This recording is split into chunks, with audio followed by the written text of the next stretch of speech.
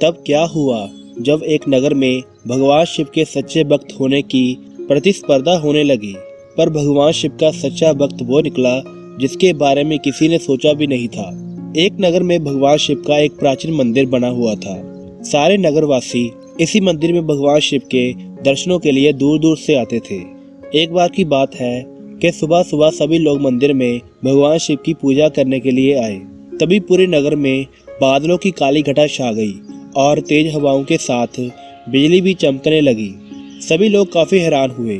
आसमान से एक सोने का थाल मंदिर के बाहर गिर गया और भविष्यवाणी हुई कि जो भी भगवान शिव का सच्चा भक्त होगा उसे ही यह सोने का थाल प्राप्त होगा। सभी लोग काफी हैरान थे और वे सभी इस सोने के थाल को पाना चाहते थे।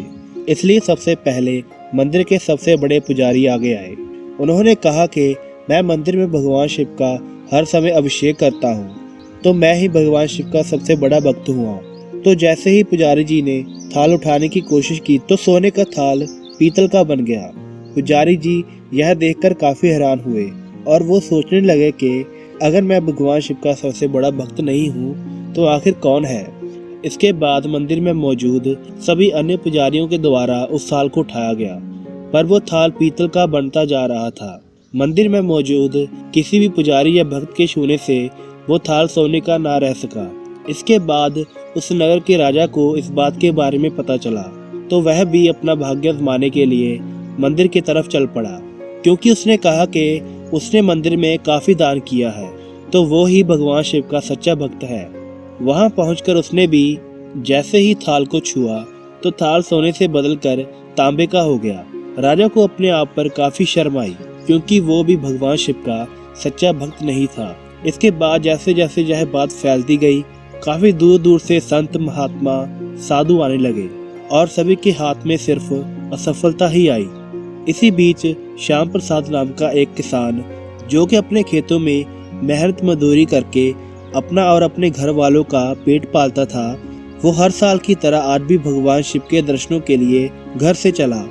उसने भी इस थाल के बारे में सुना था, पर उसने इस बात के बारे में इतना ध्यान नहीं दिया। रास्ते में जाते हुए उसने एक गरीब और बेसहारा इंसान को भूखा गिड़गिड़ाते हुए देखा। श्यामलाल ने उसे अपने खाने में से खाना खिला दिया। इसके बाद वो मंदिर पहुंचा और उसने भगवान शिव के दर्शन किए। उसने मंदिर के बाहर भीड़ को देखा। उस भीड़ को नजरअंदाज करके वो जैसे ही जाने लगा तो पीछे से उसे एक आदमी ने आवाज दी और कहा कि श्यामलाल, तुम भी अपनी किस्मत आजमा लो, इस थाल को छू कर देख लो, शायद तुम ही वो सच्चे भक्त निकलो। इस पर श्याम प्रसाद ने कहा कि मैं तो मंदिर में कभी कभार ही आता हूँ, मैं तो पाठ पूजा भी नहीं करता और ना ही इतना दान कर पाता हूँ, तो फिर मैं कैसे भोलेनाथ का सच्चा भक्त हुआ। पर लोगों के कहने पर उसने थाल को उठा लिया। जैसे ही उसने थाल को छुआ तो सभी लोग यह देखकर हैरान थे कि वो थाल अभी भी सोने का था। इसका मतलब वो किसान श्याम प्रसाद ही भगवान शिव का असली भक्त था। जब उससे पूछा कि तुम भगवान शिव की कैसी सच्ची भक्ति करते हो, हमें भी बता दो, तो इस पर श्याम प्रसाद ने कहा कि मैं तो अपने खेतों में मेहनत करता हूँ, कभी भी कोई हेरा फेरी नहीं करता और ना ही कोई लालच रखता हूँ, और जरूरतमंदों, गरीब, बेसहारा लोगों की मदद करता हूँ।